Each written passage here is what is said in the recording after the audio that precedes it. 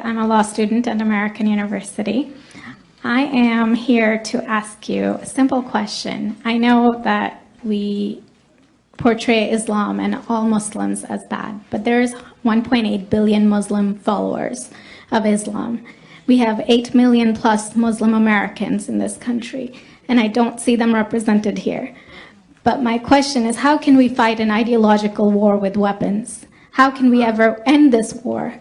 The jihadist ideology that you talk about, it's an ideology.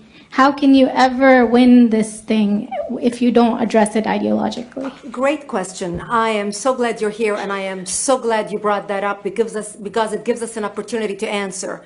What I find so amazing is since the beginning of this panel, which we are here about Benghazi attack against our people, not one person mentioned Muslims. We are here against Islam, or we're launching war against Muslims. We are here to discuss how 4 Americans died and what our government is doing.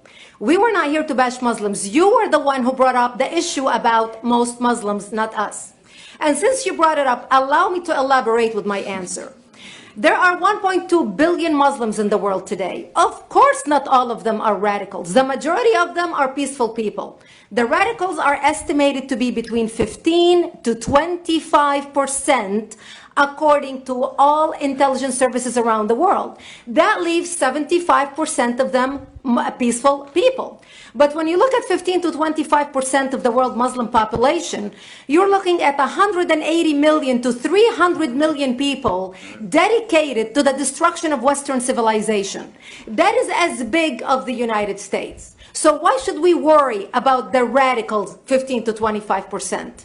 Because it is the radicals that kill. Because it is the radicals that behead and massacre. When you look throughout history, when you look at all the lessons of history, most Germans were peaceful. Yet the Nazis drove the agenda. And as a result, 60 million people died. Almost 14 million in concentration camps. 6 million were Jews. The peaceful majority were irrelevant. When you look at Russia, most Russians were peaceful as well. Yet the Russians were able to kill 20 million people. The peaceful majority were irrelevant. When you look at China, for example, most Chinese were peaceful as well. Yet the Chinese were able to kill 70 million people. The peaceful majority were irrelevant. When you look at Japan prior to World War II, most Japanese were peaceful as well. Yet Japan was able to butcher its way across Southeast Asia, killing 12 million people, mostly killed with bayonets and shovels. The peaceful majority were irrelevant. On September 11th in the United States, we had 2.3 million Arab Muslims living in the United States.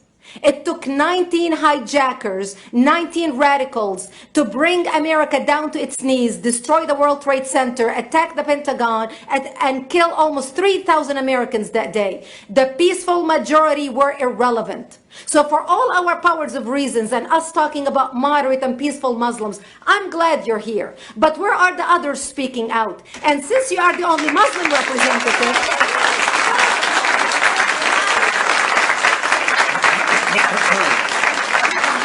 save the applause till the end.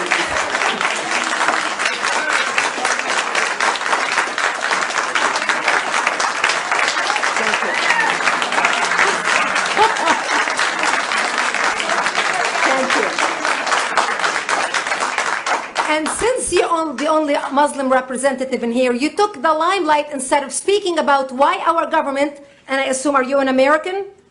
You're an American citizen. So as an American citizen, you sat in this room, and instead of standing up and saying a question or asking something about our 4 Americans that died and what our government is doing to correct the problem, you stood there to make a point about peaceful, moderate Muslims. I wish you brought 10 with you to question about how we can hold our government responsible. It is time we take political correctness and throw it in the garbage where it belongs and start calling it